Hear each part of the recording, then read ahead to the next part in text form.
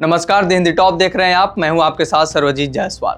प्रयागराज में चल रहा शंकराचार्य विवाद अब समाप्त हो गया है। मौनी अमावस्या के दिन 18 जनवरी को उत्तर प्रदेश सरकार और ज्योतिर्मठ के शंकराचार्य स्वामी अभिमुक्तेश्वरानंद सरस्वती के बीच शुरू हुआ टकराव पूरे 10 दिनों तक चर्चा में रहा। आखिरकार यह अध्याय उस वक्त बंद हुआ जब शंकराचार्य बिना संगम स्नान किए प्रयागराज से विदा हो गए। आते समय उन्होंने कहा कि वे भारी मन और पीड़ा के साथ लौट रहे हैं, क्योंकि जिस परंपरा और सम्मान की उन्होंने अपेक्षा की थी वे शायद नहीं मिला। जिस वक्त शंकराचार्य वाराणसी की ओर रवाना हुए, उनके चेहरे पर नाराजगी और निराशा साफ दिखाई दे रही थी। विदाई से पहले उन्होंने प्रेस कॉन्फ्रेंस कर उत्तर प्रदेश सरकार और प्रशासन पर गंभीर आरोप लगाए। शंकराचार्य ने कहा कि वे प्रयाग से बिना स्नान किए लौट रहे हैं, जो उनके लिए बेहद कष्टदायक है। उन्होंने इसे केवल व्यक्तिगत अपमान नहीं बल्कि सनातन परंपराओं का अपमान भी बताया। स्वामी अभिमुक्तेश्वरानंद सरस्वती ने दावा किया कि प्रशासन की ओर से उन्हें 28 जनवरी की सुबह एक प्रस्ताव भेजा गया था। इस प्रस्ताव में कहा गया था कि जब भी वे स्नान के लिए जाना चाहेंगे, उन्हें ससमान पालकी के साथ संगम तक ले जाया जाएगा। उस दिन मौजूद सभी अधिकारी उनके स्वागत में रहेंगे और पुष्प वर्षा भी की जाएगी। हालांकि शंकराचार्य के अनुसार इस प्रस्ताव में क्षमा याचना का कोई जिक्र नहीं था। उन्होंने स्पष्ट कहा कि सम्मान तभी सार्थक होता है जब गलती स्वीकार की जाए। इसी कारण उन्होंने प्रशासन के प्रस्ताव को ठुकरा दिया। शंकराचार्य ने कहा कि उन्हें इस बात का दुख है कि एक धार्मिक आयोजन में उन्हें और उनके अनुयायियों को इस तरह स्थिति का सामना करना पड़ा। उन्होंने सवाल उठाया कि क्या संत और धर्माचार्यों के लिए सरकार द्वारा तय किए गए प्रोटोकॉल केवल कागजों तक सीमित है। उनका कहना था कि अगर परंपरा टूटती है तो उसका असर समाज में विश्वास पर पड़ता है। इस पूरे विवाद पर समाजवादी पार्टी के अध्यक्ष अखिलेश यादव ने भी सरकार को घेरा। उन्होंने कहा कि माघ मेले में शंकराचार्य अभिमुक्तेश्वरानंद का खुला अपमान किया गया है। अखिलेश ने सवाल किया कि किसने वे तस्वीर नहीं देखी जिनमें शंकराचार्य को स्नान से रोका गया। उनके मुताबिक ये सरकार द्वारा धार्मिक परंपराओं को तोड़ने का उदाहरण है।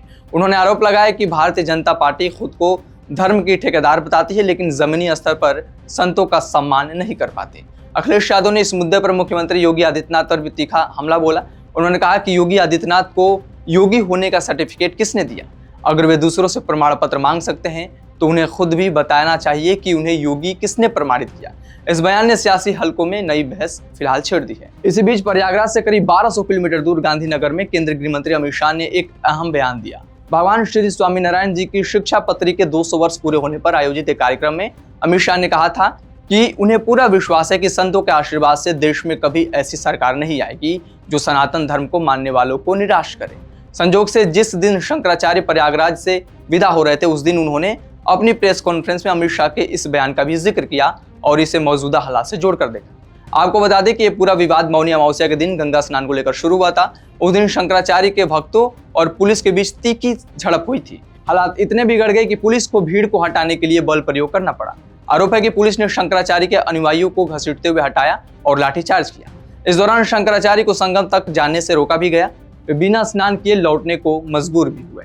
इस घटना के बाद शंकराचार्य ने अपने शिविर के बाहर अनशन शुरू कर दिया। उन्होंने साफ कहा कि जब तक प्रशासन उन्हें ससमान और तय प्रोटोकॉल के तहत संगम तक नहीं ले जाएगा, तब तक वे गंगा स्नान नहीं करेंगे।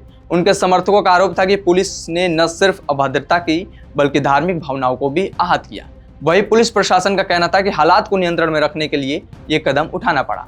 10 दिनों तक चले इस विवाद में धार्मिक परंपरा, प्रशासनिक व्यवस्था और राजनीति के रिश्ते पर कई सवाल खड़े कर दिए हैं।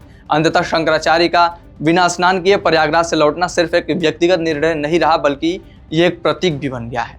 यह प्रतीक उस टकराव का था जिसमें आस्था, सम्मान और सत्ता आमने सामने खड़े दिखाई दिए।